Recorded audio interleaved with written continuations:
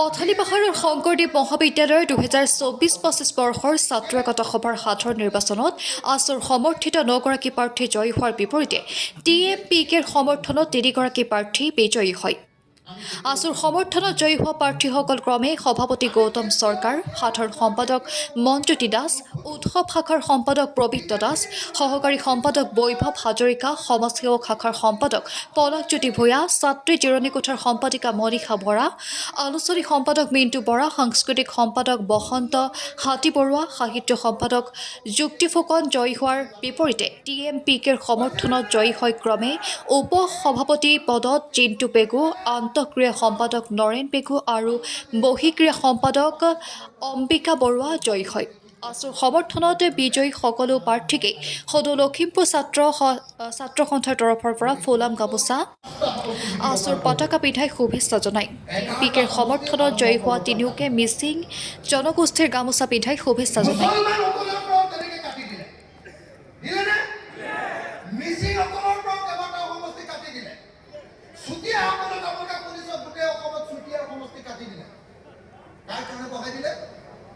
বিজেপিয়ে ভোট পোৱা হিন্দু বেংগলী মানুহৰ কাৰণে সমষ্টি বনায়।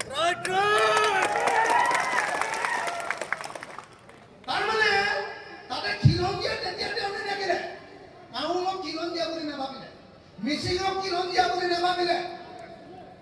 অনুসূচিত জাতি আপোনালোকে সকলোৱে জানে যে অনুসূচিত জাতিৰ মানুহৰ কাৰণে সেইফালে নগাঁৱত আৰু এটা সমষ্টি আছিলে ৰহা, সেই সমষ্টিটো কাটি পেলালে।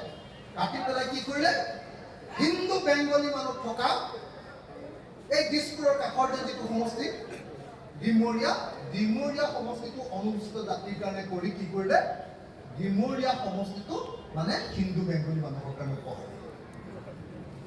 কথাটো বুজিছে নাই?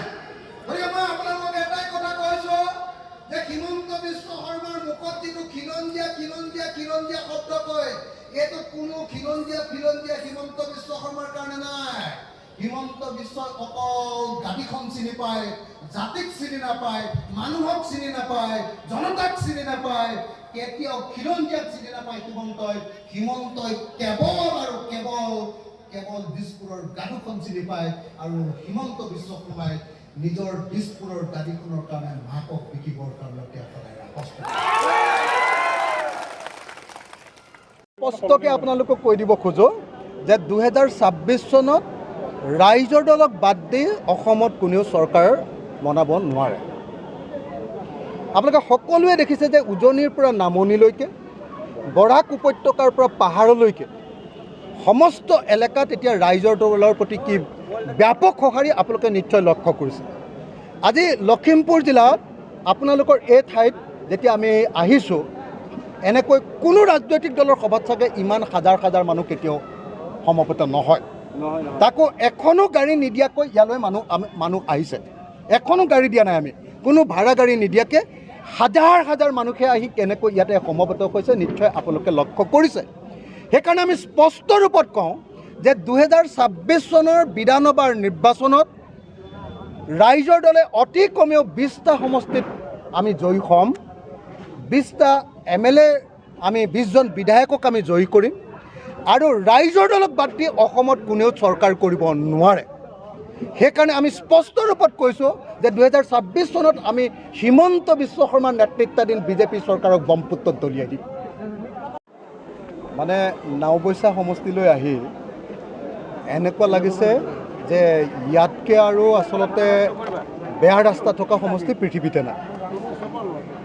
আজি যেতিয়া নাওবৈচা সমষ্টিলৈ আহিছোঁ, তাৰমানে আপোনাৰ গড়চিগাৰ পৰা বঙালমৰালৈ যিটো ৰাস্তা, 3টা ৰাস্তাই মই মেইনলি চালোঁ আজি। শালমৰাৰ পৰা আকৌ আপোনাৰ বঙালমৰালৈ অহা ৰাস্তাটো, আৰু তাৰপিছত কি কয় এইটো বৰচলাৰ পৰা পাণ্ডুৱালৈ যোৱা যিটো ৰাস্তা, এই 3টা ৰাস্তা দেখি এনেকুৱা ভাৱ হৈছে যে পৃথিৱীৰ আটাইতকৈ বেয়া ৰাস্তাবিলাক নাওবৈচা সমষ্টিত আছে।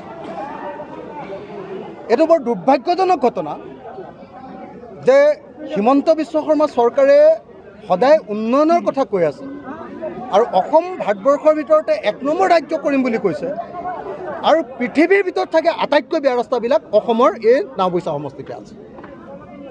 এইটো বৰ দুৰ্ভাগ্যজনক ঘটনা যে আমাৰ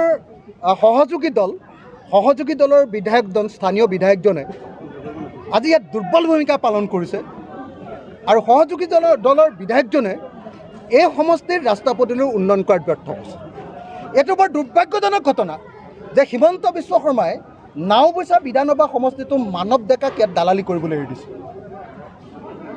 এইটো বৰ দুৰ্ভাগ্যজনক ঘটনা যে নাওবৈচা বিধানসভা সমষ্টিটোত ইয়াৰ MP কি নাম প্ৰধান বৰুৱাই ইয়াতে দালালি কৰি ইয়াতে ৰাস্তাবিলাক একদম বেলেগ ফালে লৈ গৈ সম্পূৰ্ণৰূপে পূৰা নাওবৈচা সমষ্টিটোক পূৰা বিধ্বস্ত কৰি পেলাইছে। সেইকাৰণে এই মুহূৰ্তত মই অসম চৰকাৰক দাবী জনাব খোজোঁ যে মুখ্যমন্ত্ৰী ডাঙৰীয়া আপুনি এবাৰ লখিমপুৰ জিলাৰ নাওবৈচালৈ আহক। নাওবৈচা সমষ্টিৰ ৰাস্তাৰ নিচিনা পৃথিৱীৰ ভিতৰতে আটাইতকৈ বেয়া ৰাস্তা আৰু ক'তো নাই। এইখন অসমৰ ভিতৰত আছেনে নাই ধৰিব নোৱাৰা অৱস্থা এটা। গতিকে অতি সোনকালে অসমৰ মুখ্যমন্ত্ৰীয়ে আহি ইয়াৰ ৰাস্তা পদূলি চাই ইয়াৰ ৰাস্তা পদূলি উন্নয়নৰ কাৰণে ব্যৱস্থা ল'ব লাগে। যদি নলয় তেতিয়াহ'লে মই উপায় নাই ইয়াৰ বিৰুদ্ধে প্ৰতিবাদ সাব্যস্ত কৰিব লাগিব। আমি ৰাইজৰ দলে অসম বিধানসভাৰ বাহিৰত আৰু প্ৰয়োজন সাপেক্ষে এই অঞ্চলৰ স্থানীয় ৰাইজক লৈ ব্যাপক গণ আন্দোলন গঢ়ি তুলিবলৈ আমি বাধ্য হ'ম। হাৰিবই অসমত। আমি বিৰোধী ঐক্য মঞ্চই এতিয়া সন্মিলিত গণমৰ্চাই অসম সন্মিলিত মৰ্চাই আমি নিশ্চিতভাৱে ক'ব খোজোঁ যে আমি এবাৰ বিজেপি দলক 2026 চনত হৰুৱাম। উপ নিৰ্বাচনতো বিজেপি দলত অতি কমেও দুটা সমষ্টিত আমি হৰুৱাম। অতি কমেও দুটা সমষ্টিত আমি হৰুৱাম আৰু বিজেপি দলক আমি অসমৰ ৰাজনীতিৰ পৰা ক্ৰমাগতভাৱে অপ্ৰাসংগিক কৰি দিম। এইটো আপোনালোকে নিশ্চিত হৈ থাকিব পাৰে। 2026 চনত হিমন্ত বিশ্ব শৰ্মাৰ চৰকাৰক আমি ব্ৰহ্মপুত্ৰলৈ দলিয়াই দিম। হিমন্ত বিশ্ব শৰ্মাৰ দাদাগিৰি অসমত আৰু নচলিব।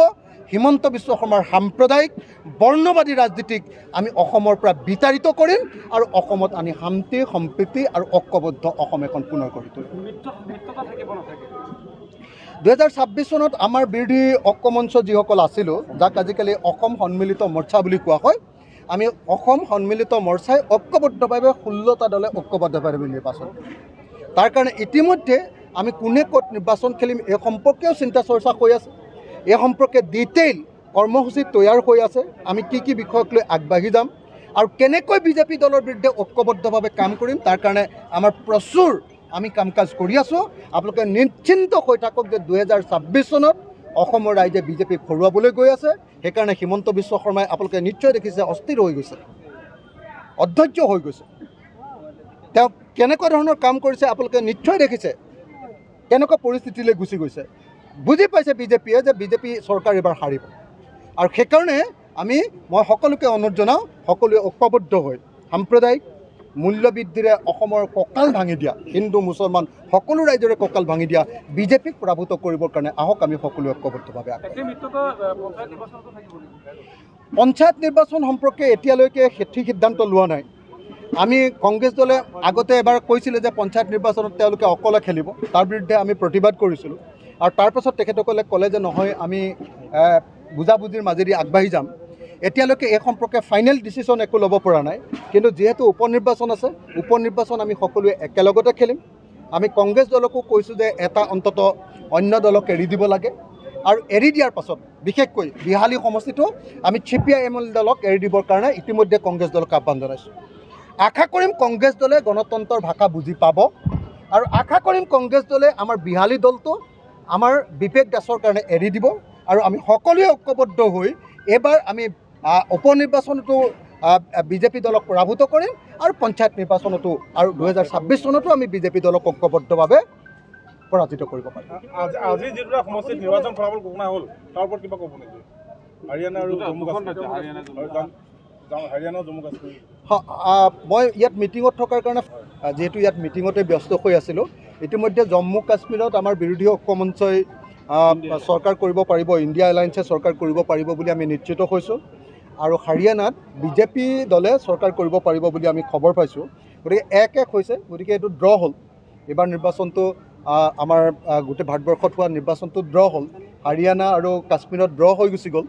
গতিকে এইটো ড্ৰ হ'ল। কিন্তু ইয়াৰ পৰৱৰ্তী সময়ত যিটো মহাৰাষ্ট্ৰৰ নিৰ্বাচন হ'ব তাত বিজেপি হাৰিব। তাৰ পৰৱৰ্তী সময়ত বিহাৰত যিটো নিৰ্বাচন হ'ব সেইটোতো বিজেপি হাৰিব। মই ভাবোঁ যে বিহাৰৰ নিৰ্বাচনৰ পাছৰ পৰা বিজেপি কাউণ্ট ডাউন আৰম্ভ হৈ যাব। বিহাৰৰ নিৰ্বাচন 25ত আছে। 2025ৰ পাছৰ পৰা কেন্দ্ৰীয় চৰকাৰ বিজেপি ভাগি যাব।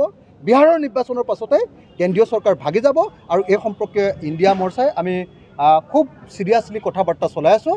2025 চনৰ বিহাৰৰ নিৰ্বাচনৰ পাছতে কেন্দ্ৰৰ বিজেপি চৰকাৰ ভাগি যাব বুলি আমি সকলোৱে জানো আৰু নিশ্চিতভাৱে আপোনালোকে জানিবলৈ পাব যে 25ৰ পাছত পুনৰ ভাৰতবৰ্ষত নিৰ্বাচন হ'ব। অসমখন অকল হিমন্ত বিশ্ব শৰ্মাই ধাৰৰ ওপৰত চলাই আছে।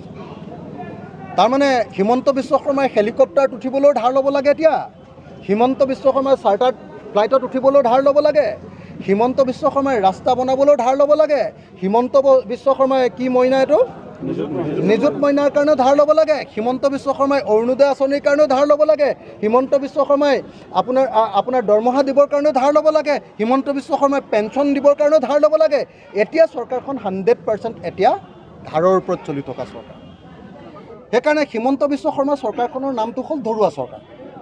ধৰুৱা চৰকাৰ ই মানে আমাৰ যে একেবাৰে যে গাঁওবিলাকত যে খুব ধৰুৱা মানুহ থাকে যে মদ খাবৰ কাৰণে যে ধাৰ লয়, তাৰপিছত যে নিজৰ মাটি বাৰীবিলাক বিক্ৰী কৰে, ঠিক তেনেকৈ আমি দেখিছোঁ যে মদ খাবৰ কাৰণে ধাৰ লোৱা ধৰুৱা মানুহবিলাকৰ নিচিনা। আৰু যে এই আত্মসহায়ক গোটবিলাকৰ পৰা যে ধাৰ লৈ 25%ত যে ধাৰ লৈ তাৰপিছত যে মটৰ চাইকেল কিনে, আপোনালোকে দেখিছে নহয়? গাঁওবিলাকত দেখিছে নে নাই? ফ্ৰিজ কিনে, টিভি কিনে, মটৰ চাইকেল কিনে, মাইক্ৰ' ফাইনেন্সৰ ধাৰ লৈ 25%, 27%ৰ ধাৰ লৈ।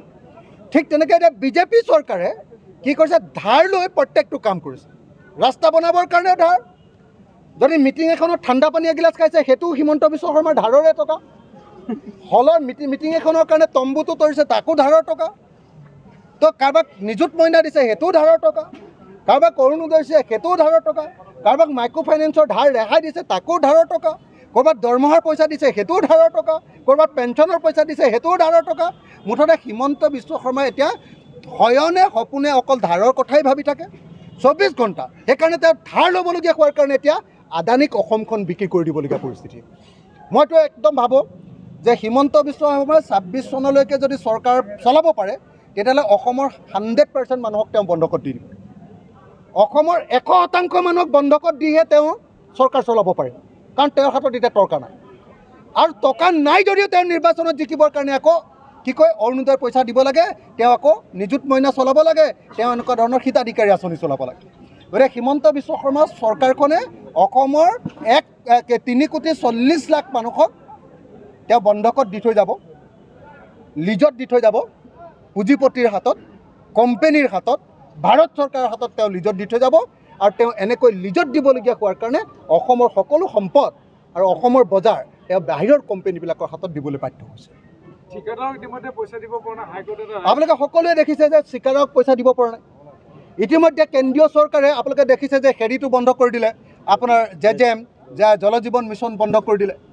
জল জীৱন মিছনক পইচা দিব নোৱাৰাৰ কাৰণে এতিয়া নিৰ্দেশ দিছে। আপোনালোকে খবৰ পাইছে চাগে যে যোৱা আগষ্ট মাহৰ 2024 চনৰ আগষ্ট মাহলৈকে যিবিলাক মানুহে ফাইনেল বিল চৰকাৰৰ হাতত জমাই দিলে, অকল তেওঁলোকলৈকে পইচা উলিয়াই দিবৰ কাৰণে চিফ ইঞ্জিনিয়াৰে চেষ্টা কৰিম বুলি কৈছে, তেওঁলোকলৈকে পইচা দিবলৈ।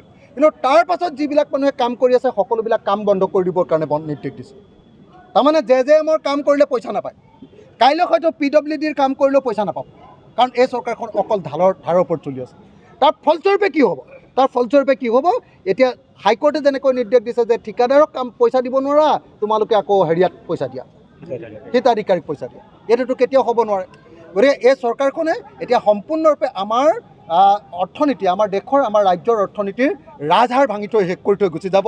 হিমন্ত বিশ্ব শৰ্মাই মুখ্যমন্ত্ৰী হোৱাৰ স্বাৰ্থত, হিমন্ত বিশ্ব শৰ্মাই 26ত জিকিম বুলি তেওঁৰ যিটো ৰাজনৈতিক লালসা, সেই লালসাৰ স্বাৰ্থত সমগ্ৰ জাতিটোক, সমগ্ৰ ৰাইজক, সমগ্ৰ অসমক ধ্বংস কৰিব খুজিছে। আৰু সেইকাৰণে আমি সকলোৱে মিলি বিজেপি চৰকাৰখনক ব্ৰহ্মপুত্ৰত দলিয়াই দিব লাগে।